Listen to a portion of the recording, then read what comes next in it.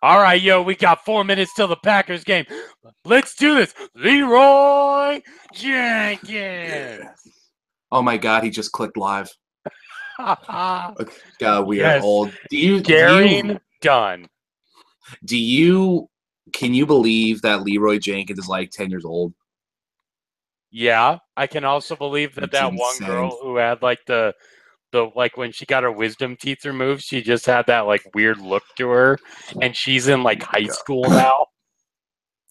Oh God, we're getting old, John. You know what's not getting old? This show. You know what is?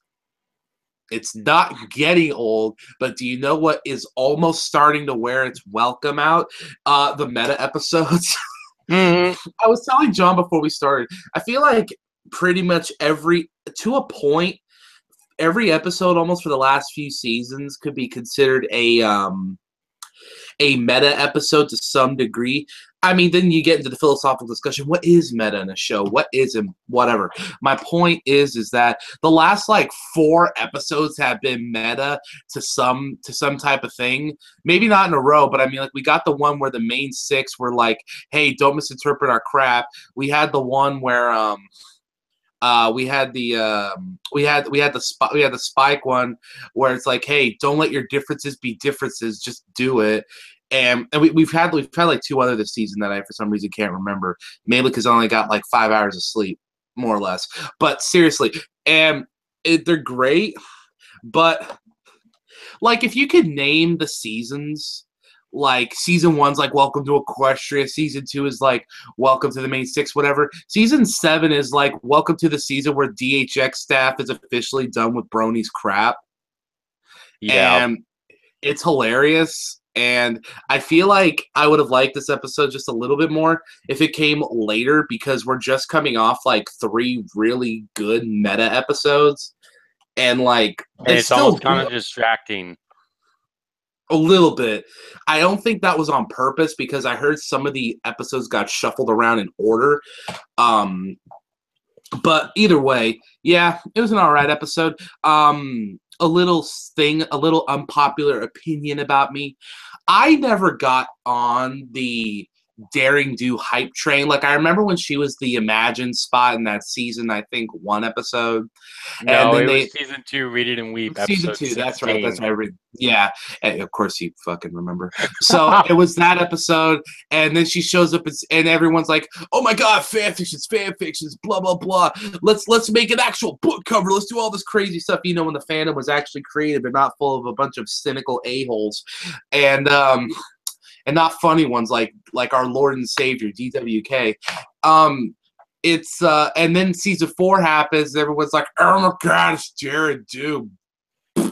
And then she shows up again. Basically, what I'm trying to get at is I was never big on Daring Do from her season 2 episode and stuff. So whenever she's shown up again, it was never too big a deal for me because, you know, I never bought the book cover, the hat, you know. So anytime I see a Daring Do episode, I'm not like super hyped.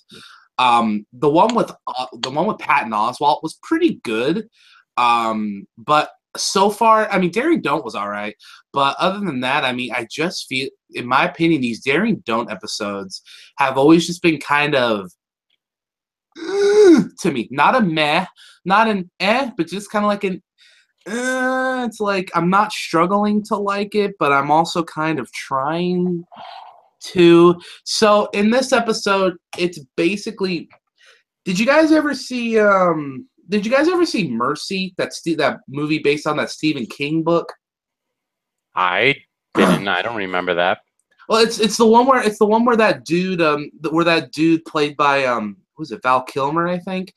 He plays the author that gets in a car accident in the mountains, and he gets taken care of by this lady who's like his biggest fan of his books, and she's like really obsessive and crazy. Oh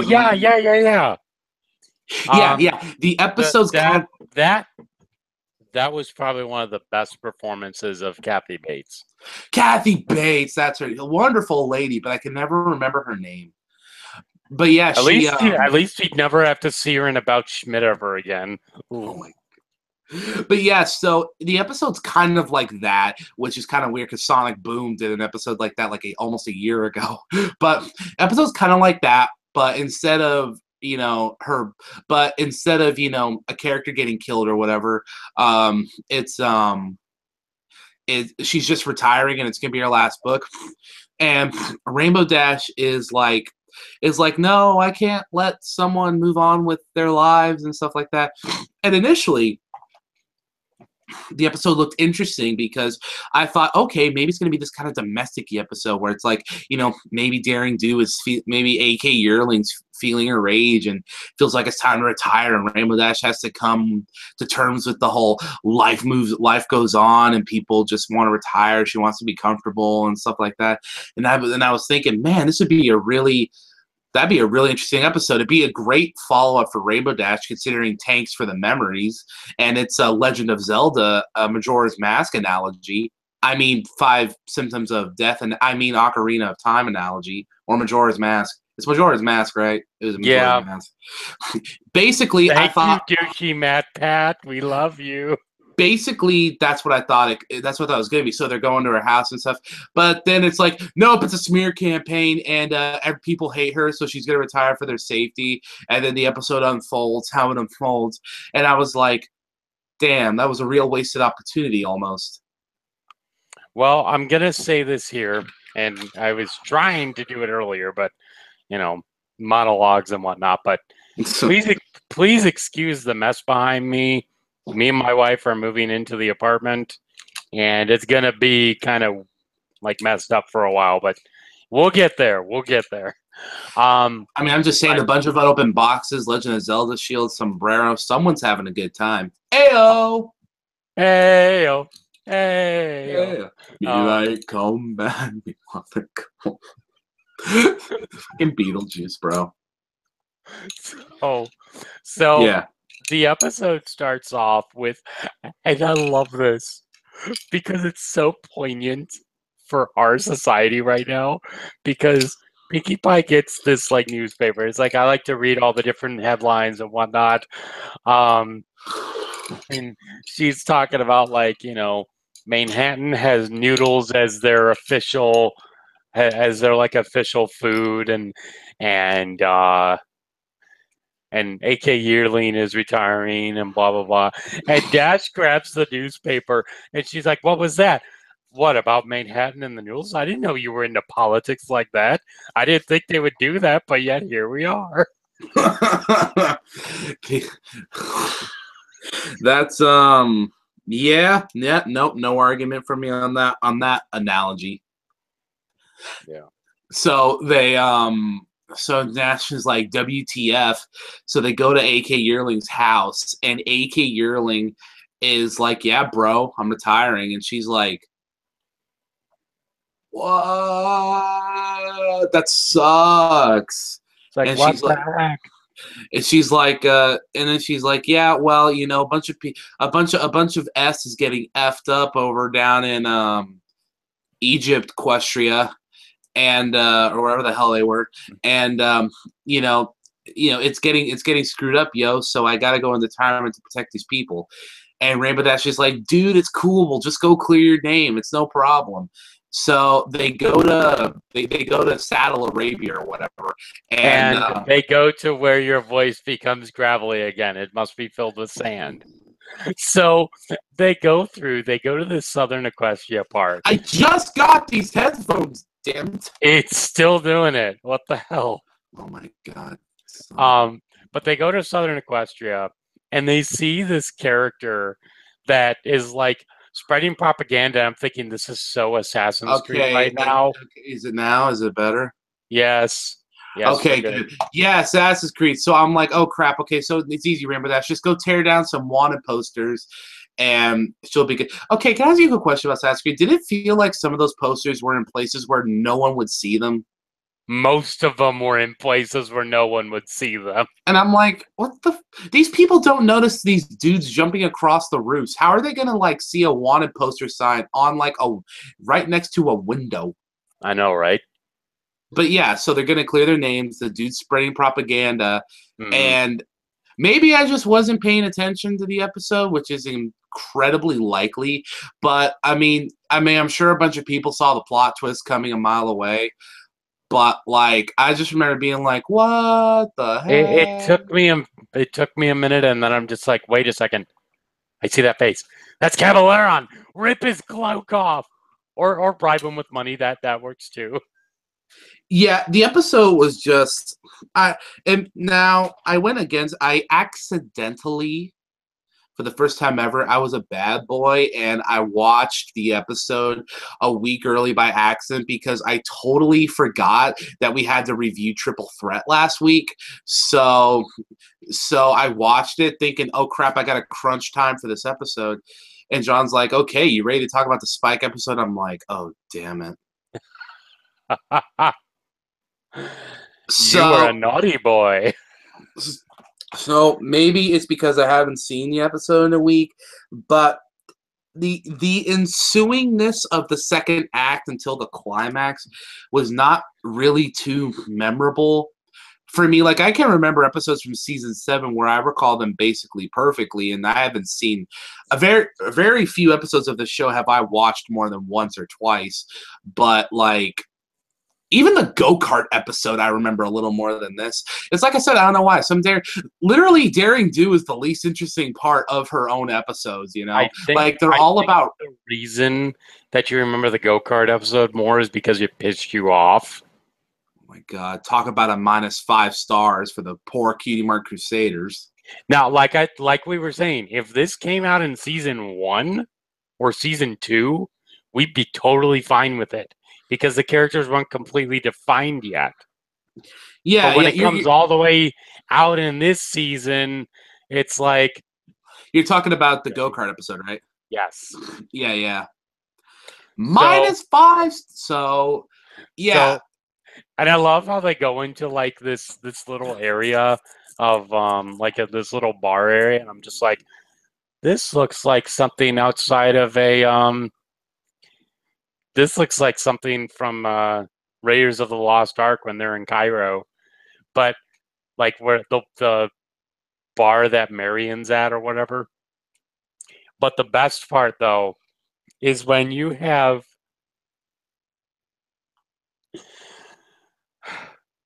and I completely just lost it there. What the fuck is wrong with me? I don't know. This show does things to Oh, people. so the best part though of this scene Tell your wife is to stop spiking your tea it's when it's when with vodka. in Soviet Russia vodka drink you. No, but but it's the point where like the matron like the patron of the hotel or whatever, the employee A was just lobby like, worker. yeah, she never paid for her hotel room the last time she was here. I'm just like, is that a nod to Las Vegas's Unicon?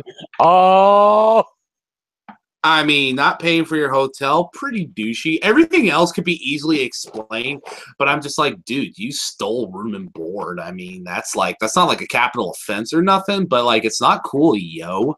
it's and the whole thing with Daring Do leaving trouble and whatnot in her wake. I was thinking, holy crap, that makes a lot of sense because you're dealing with the fact that most stories don't talk about that. This fandom in Yeah. particular, especially with like Tanks of the Memory, she never got her comeuppance. She should not be let go scot free and blah blah blah. But in all reality, it's like, uh, this episode just gave you a giant middle finger there for that. People always get on DC movies because like in Man of Steel, oh my god, Superman and Zod wrecked that city. You're like, oh my god, Superman, Batman, and Wonder Woman and Doomsday totally wrecked that half of Metropolis. But I'm like, okay, I get it. But are you forgetting when Hulkbuster Iron Man fought the Hulk in the middle of New York? I mean, yeah, they talk about in Civil War how the Avengers have that's the whole point of Civil War, but it took them 12 movies or whatever to bring it up. Just saying, at least DC did it in their second movie. Mm-hmm. And hell, Spider-Man Homecoming was big with that too. Yeah. The main like thing with the Vulture is we were the construction workers that were cleaning up New York at that time, and the government, Tony Stark's government agency came in and said, "No, we're going to take care of this now." Yeah, it's like you could that's actually one thing I give Marvel credit. The events of the first Avengers and the other Avenger movies are really felt throughout the universe. Like they even bring up in Agents of Shield. I don't know if you've ever seen the Netflix Marvel shows, but that's one of the kickoff points for Daredevil, the first one, because Wilson Fisk rises, the Kingpin rises to power, in the wake of all rap. So it serves a purpose, but it serves a purpose that they thought of later. Mm-hmm. But yeah, I do like that actually. I like it. I don't like it when it becomes so blatant that it completely almost undermines the hero's actions. But I do like to see that, you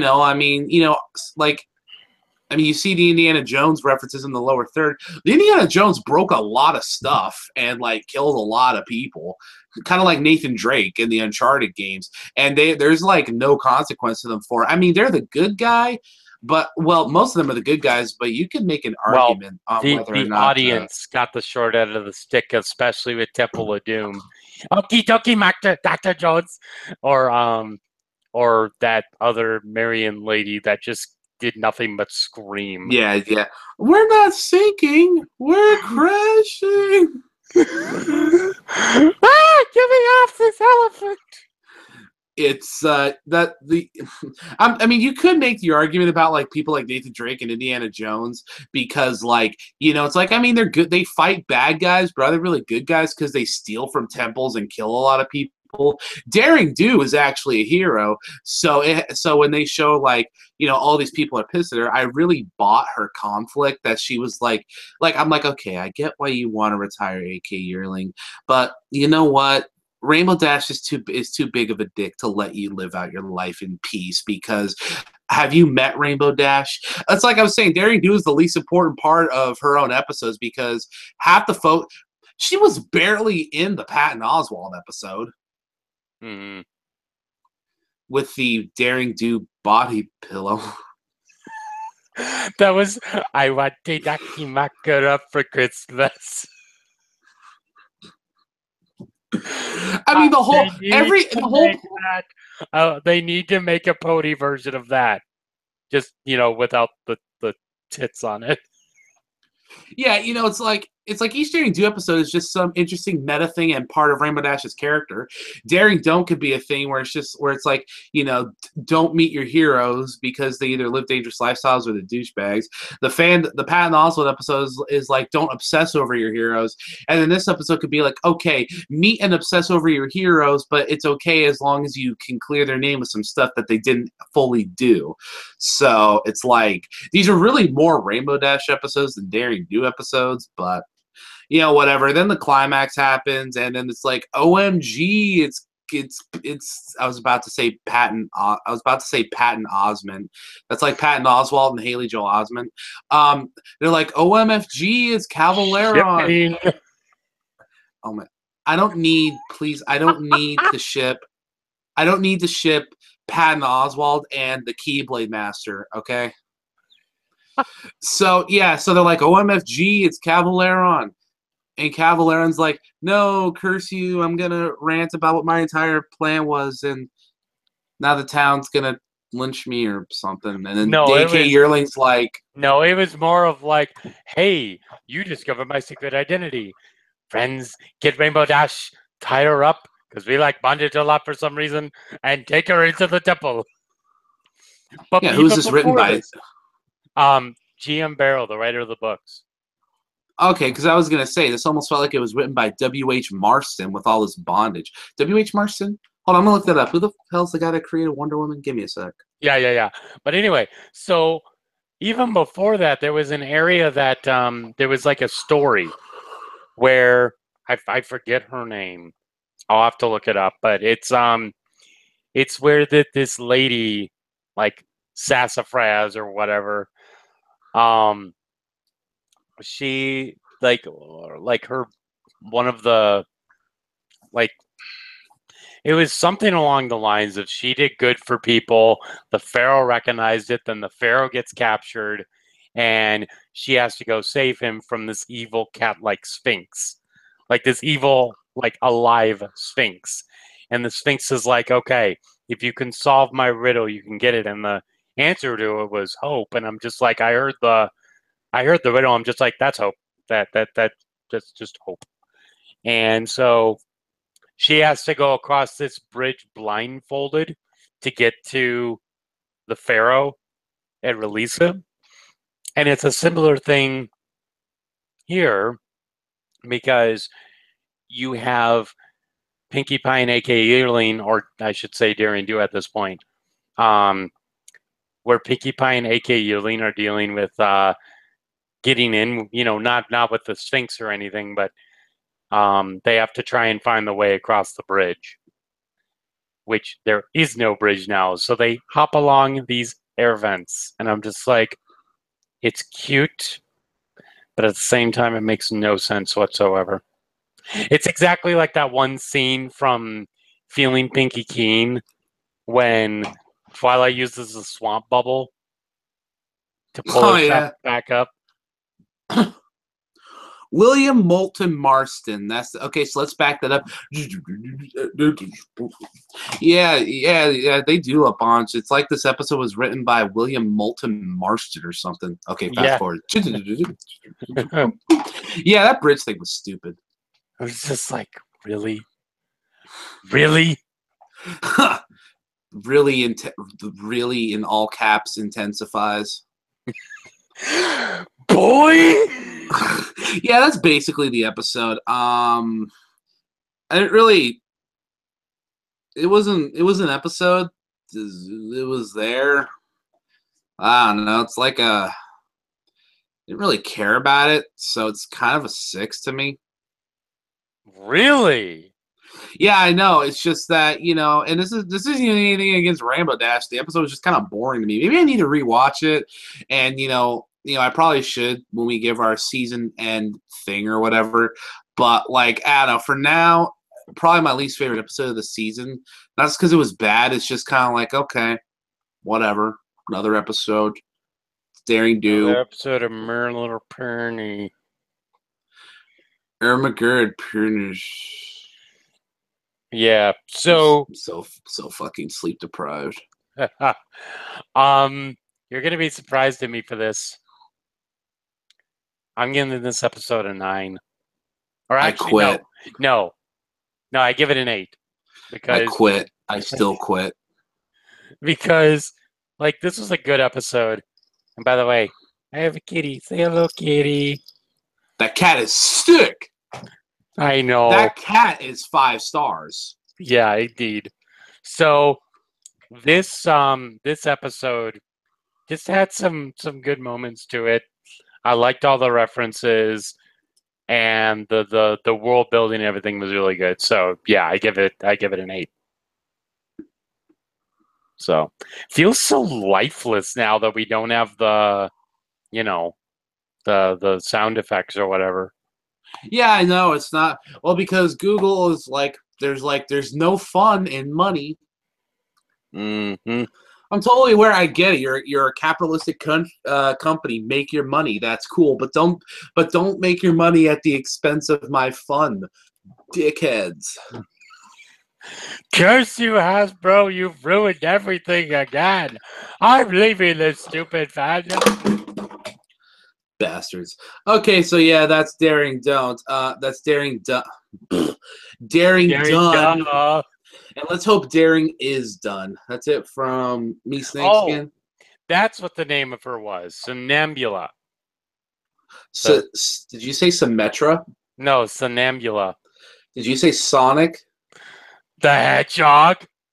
Oh, sick. JonTron hacking intensifies. JonTron politics intensifies. Ugh. By the way, welcome back, JonTron. Shout out to JonTron. Hey, Barry, edit in a JonTron celebration video package. I don't know. And die! Holy shit! Yeah. I don't think Barry's still with Game Grumps. I haven't watched Game Grumps in like 2 years, dude. Yeah, it's been a while for me too. So yeah, that's it from me, John, And me, Snakeskin. and from the kitty. And we will see you guys next time. By the way, we are bringing out a little thing for the animatic as well. So peace out, Yeah, Dragon. it was about a minute long, so it's gonna be like a 30-minute video. Yep. So we'll talk to you guys later. Peace out, Dragon.